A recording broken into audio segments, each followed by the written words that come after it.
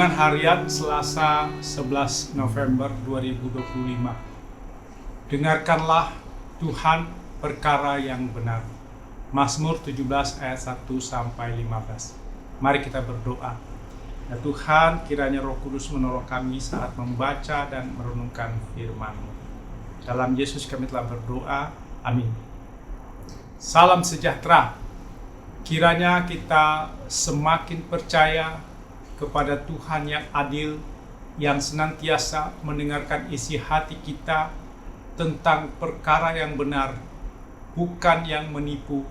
Sebab seperti tertulis dalam Mazmur 17 ayat 1, dengarkanlah ya Tuhan perkara yang benar, perhatikanlah seruanku, berilah telinga kepada doaku dari bibir yang tidak menipu. Tuhan mendengarkan doa yang tulus dari hati yang jujur dan setia kepadanya. Doa orang benar yang diuji dan diselidiki. Mazmur 17 adalah doa seorang yang benar yang dituduh tanpa sebab, difitnah dan diancam. Daud, pemazmur, tidak membela diri dengan kata-kata, tetapi membawa perkaranya kepada hakim yang sejati, Tuhan sendiri. Ia berkata dengan keyakinan, selidikilah aku ya Tuhan, ujilah aku, cobalah batinku dan hatiku.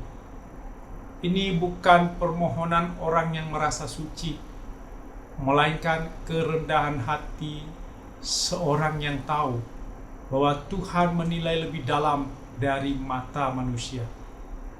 Tuhan tidak hanya melihat perilaku luar, tetapi juga menguji kemurnian hati. Ketika malam tiba dan semua topeng manusia jatuh, hanya Tuhan yang melihat isi batin kita apa adanya. Mazmur ini mengajarkan bahwa iman sejati berani diperiksa dan dimurnikan, bukan agar dibenarkan oleh manusia, tetapi agar hidup selaras dengan kebenaran Allah. Iman yang menyerah namun tidak pasrah. Ketika Daud berkata, dengarkanlah Tuhan perkara yang benar. Ia bukan sedang menuntut Tuhan untuk berpihak, melainkan menyerahkan seluruh perkaranya kepada keadilan ilahi.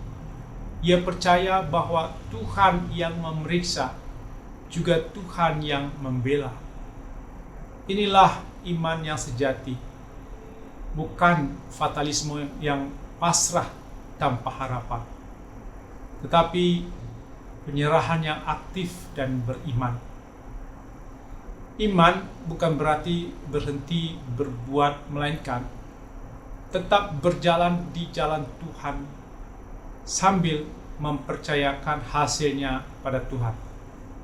Daud berkata, langkahku tetap mengikuti jejakmu, kakiku tidak goyah. Berserah kepada Tuhan tidak berarti menyerah pada nasib, tetapi berarti tetap berjalan dalam ketaatan meski keadaan tidak berpihak. Orang yang berserah kepada Tuhan tidak kehilangan arah.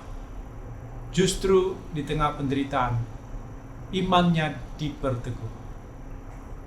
Penderitaan, hukum atau pemurnian. Banyak orang di zaman ini ketika bertubi-tubi mengalami musibah, kedukaan, penyakit, kecelakaan, kegagalan, bertanya, Tuhan, apa salahku sampai aku menderita begini? Pertanyaan ini sangat manusiawi. Tetapi Mazmur 17 membantu kita meluruskan arah hati. Pemazmur tidak berkata, Tuhan, Engkau kejam, melainkan, Tuhan, lihatlah hatiku, selidikilah aku.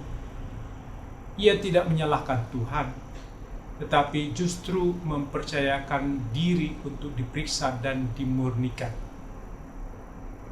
Penderitaan dalam hidup orang benar bukan hukuman, melainkan proses pemurnian. Tuhan tidak menghukum untuk menghancurkan, tetapi memurnikan agar kasih dan kebenarannya semakin nyata dalam diri kita. Yesus berkata, bukan karena dosa orang ini atau dosa orang tuanya, tetapi supaya pekerjaan Allah dinyatakan di dalam dia. Yohanes 9 ayat 3. Kejujuran untuk bertanya pada Tuhan bukan dosa, asalkan pertanyaan itu membawa kita mendekat, bukan menjauh. Iman yang matang bukan berarti tidak pernah kecewa, tetapi tetap percaya di tengah kekecewaan. Lindungilah aku seperti biji matamu. Setelah berani diperiksa, pemazmur berseru penuh kasih, lindungilah aku seperti biji matamu.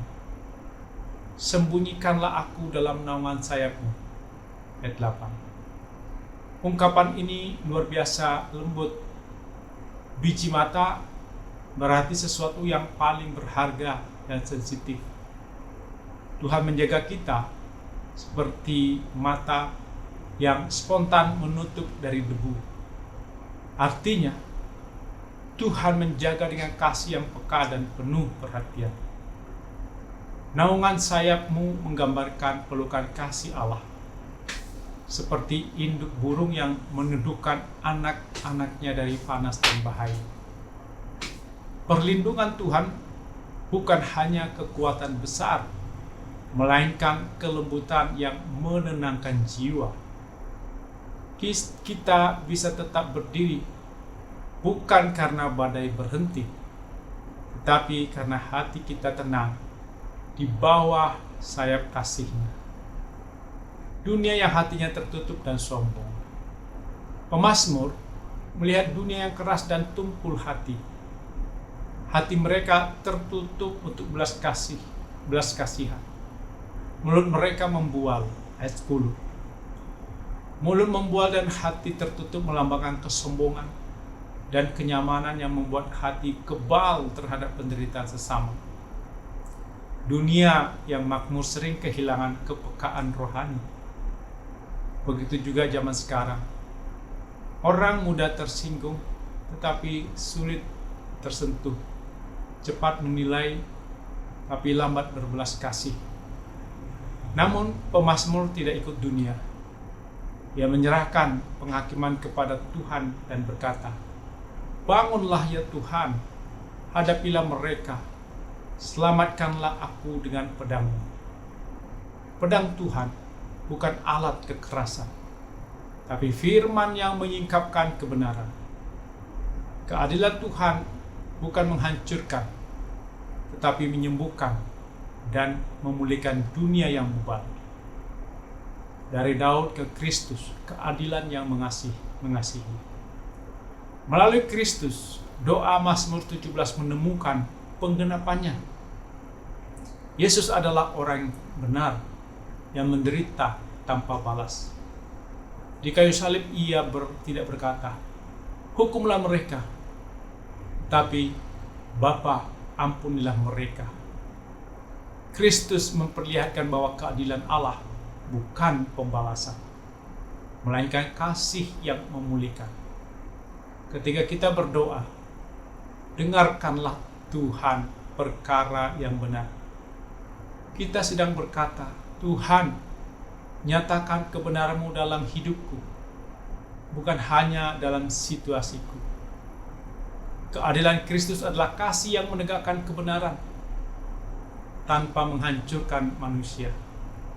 Itulah bentuk keadilan tertinggi, keadilan yang mengubah hati. Puncak iman memandang wajah Tuhan. Pemazmur menutup doanya dengan kalimat yang menenangkan. Dalam kebenaran akan kupandang wajah-Mu, dan pada waktu bangun aku akan menjadi puas dengan rupa-Mu. Ayat 15. Setelah seluruh pergumulan dan doa, pemazmur tidak lagi menuntut balas. Ia hanya ingin hidup di hadapan Allah. Kepuasan sejati bukan saat masalah selesai, tapi saat hati kita damai karena tahu Tuhan ada di sisi kita. Inilah puncak perjalanan iman, dari pembelaan menuju penyerahan, dari kekecewaan menuju kedamaian. Marilah kita menyanyikan Mazmur 17 ayat 1. Dengarkanlah ya Tuhan perkaraku yang benar, perhatikanlah seruanku serta doaku. Perhatikanlah seruanku serta doaku. Amin. Mari kita berdoa. Ya Tuhan yang adil dan penuh kasih, Engkau mengenal isi hati kami, melihat luka yang tersembunyi, dan mendengar jeritan kami yang tak bersuara. Ketika kami disalahpahami, jadilah pembela kami. Ketika kami lemah, jadilah perlindungan kami. Ketika dunia keras, lembutkan hati kami, agar tidak menjadi hati yang keras. Selidikilah kami, Tuhan, ujilah batin kami, dan penuhi kami dengan kasih-Mu yang memurnikan. Lindungilah kami seperti biji mata-Mu, tutupi kami dalam naungan sayap-Mu. Dalam nama Yesus kami telah berdoa. Amin.